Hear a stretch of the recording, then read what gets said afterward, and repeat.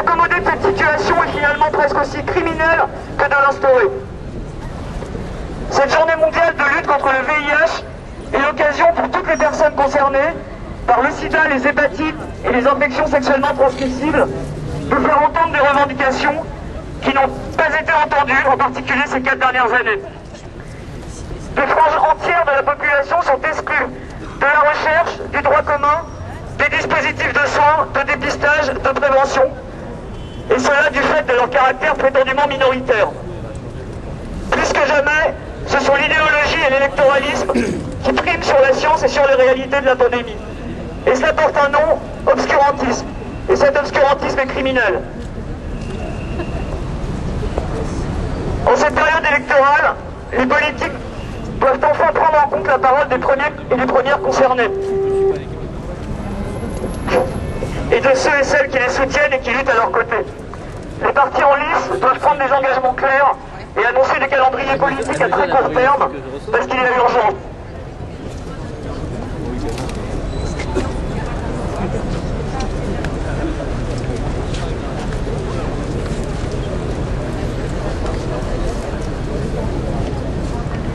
Nous ne sommes pas rassemblés ce soir pour fêter un funeste anniversaire, les 30 ans du VIH.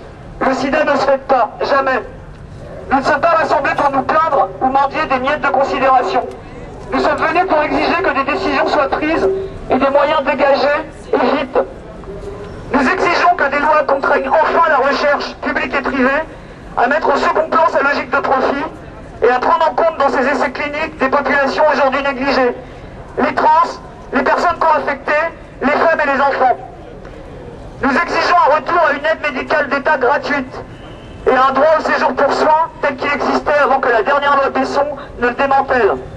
Nous exigeons la régularisation de tous les sans-papiers.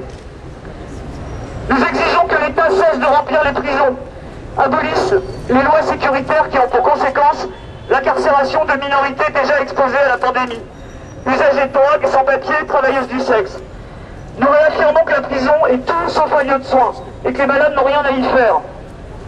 Parce qu'indéniablement la lutte contre le sida passe par une égalité des droits pleine et entière, nous continuons à nous battre pour l'ouverture du mariage aux couples de même sexe, l'accès à l'adoption, à la parentalité et pour que cessent les parcours psychiatriques et judiciaires dégradants qui sont imposés aux trans. Nous sommes furieuses de constater qu'une coalition politique et associative de tous bords prétend en ce moment même pénaliser les clients des travailleurs et travailleuses du sexe, au mépris des conséquences sanitaires catastrophiques que cette mesure engendrerait, notamment en termes de contamination VIH et hépatite. Nous exigeons que les travailleurs et travailleuses du sexe, acteurs essentiels de prévention des infections sexuellement transmissibles, bénéficient de l'ensemble des droits sociaux accordés aux travailleurs et que cesse toute répression directe ou indirecte à leur encontre. Les idéologies répressives et moralistes sont contraires aux impératifs de santé publique. 30 ans de lutte contre le sida le démontrent. C'est pourquoi nous exigeons également que cesse la chasse aux usagers de drogue, surexposés aux hépatites virales, que soient mises en place enfin les salles de consommation à moindre risque, dont le bénéfice fait l'unanimité dans la communauté scientifique. Plus globalement, parce qu'il existe un lien inextricable entre VIH et précarité, parce que la moitié des personnes séropositives vivent sous le seuil de pauvreté, nous exigeons la revalorisation de tous les minima sociaux, la fin des insupportables politiques de suspicion qui assènent que tout malade est un fraudeur potentiel. Nous exigeons la mise en place d'un revenu d'existence au moins égal au SMIC.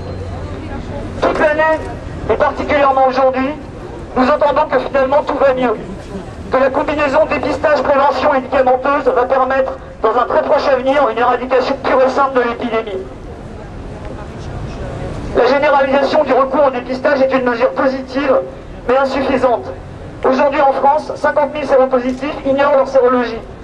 La prévention médicamenteuse chez les séronégatifs fait encore l'objet d'études, et il serait périlleux d'anticiper les résultats actuels de ces études. Quant au traitement des séropos, ça fait 15 ans qu'ils existent.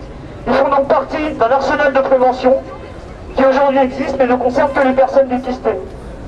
Ces nouvelles perspectives de prévention ne peuvent pas se substituer aux outils traditionnels. Elles ne seront efficaces que si elles s'y ajoutent. Le dernier bulletin épidémiologique hebdomadaire, publié hier, fait état sur 2010 de 7 PD contaminés par jour. C'est surtout chez les cas de moins de 25 ans que l'augmentation est la plus forte. Le nombre de personnes qui croient qu'on attrape le sida par une piqûre de moustique n'a cessé d'augmenter. Autant de preuves de l'abandon d'une politique ambitieuse de prévention.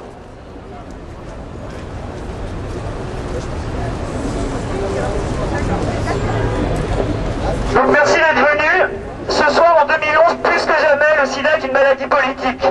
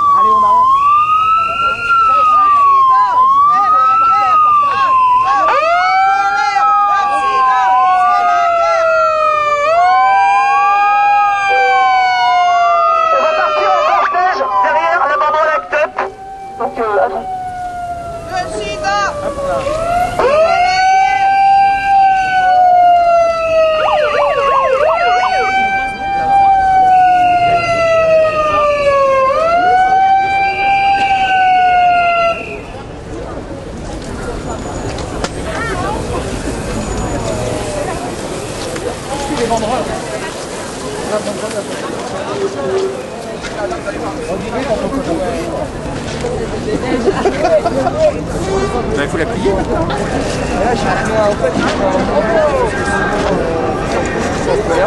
J'ai un petit croix petit.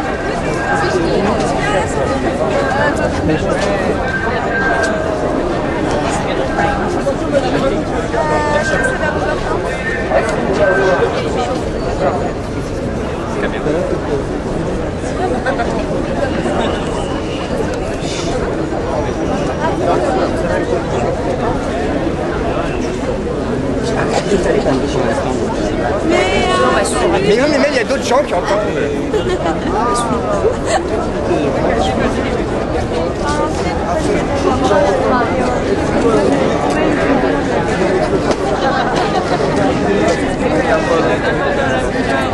Nous aussi, je peux te dire.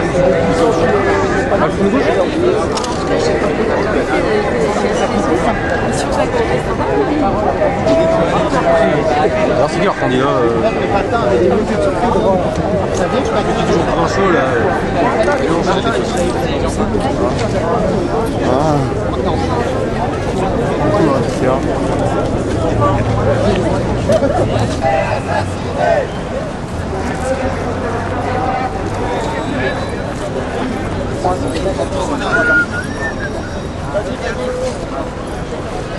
Malade incarcéré, malade assassiné, malade incarcéré, malade assassiné, malade incarcéré, malade assassiné, malade incarcéré, malade assassiné, malade incarcéré, malade assassiné, malade incarcéré, malade assassiné, malade incarcéré, malade assassiné. Malade incarcéré, malade assassiné, malade incarcéré, malade assassiné, malade assassiné, malade incarcéré, malade assassiné, malade incarcéré, malade assassiné, malade incarcéré, malade assassiné. Tous ensemble contre le sida. Tous ensemble contre le sida. Tous ensemble contre le sida. Tous ensemble contre le sida. Oubliés, tous assassinés, tous oubliés, tous oubliés, tous assassinés,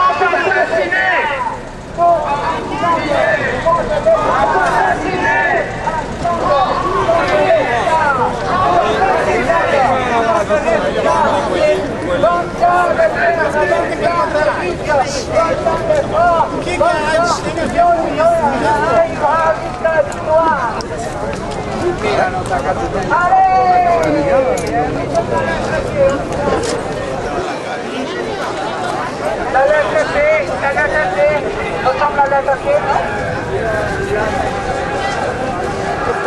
Je vais bien réaliser.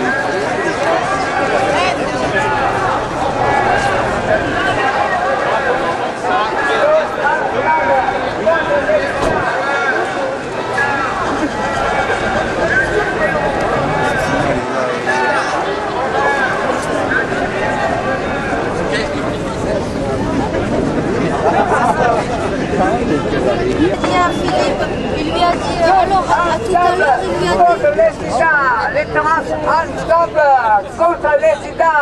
Allez, allez, 30 ans de lutte, 30 ans de guerre, 30 ans de lutte, 30 ans de guerre.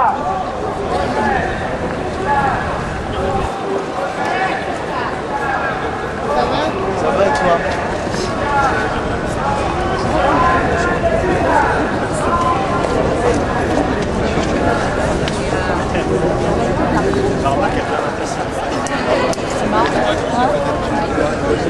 Pas forcément se trouver là.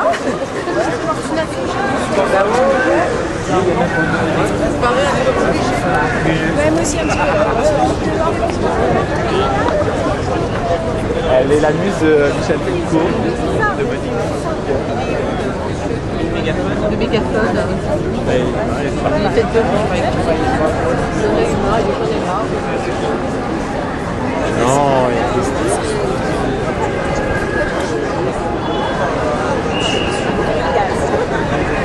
Faut que je réponds. C'est quoi ce koala sur ton image? Tu connais le koala?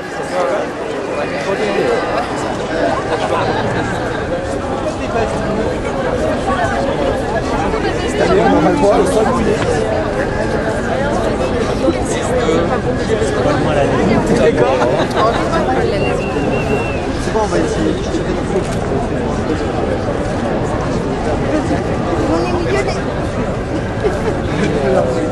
Salut Christophe. Salut, bah ça va.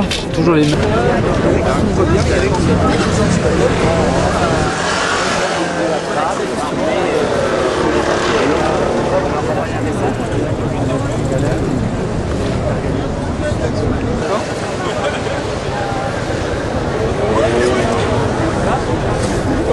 Bah ouais, ça va, très bien.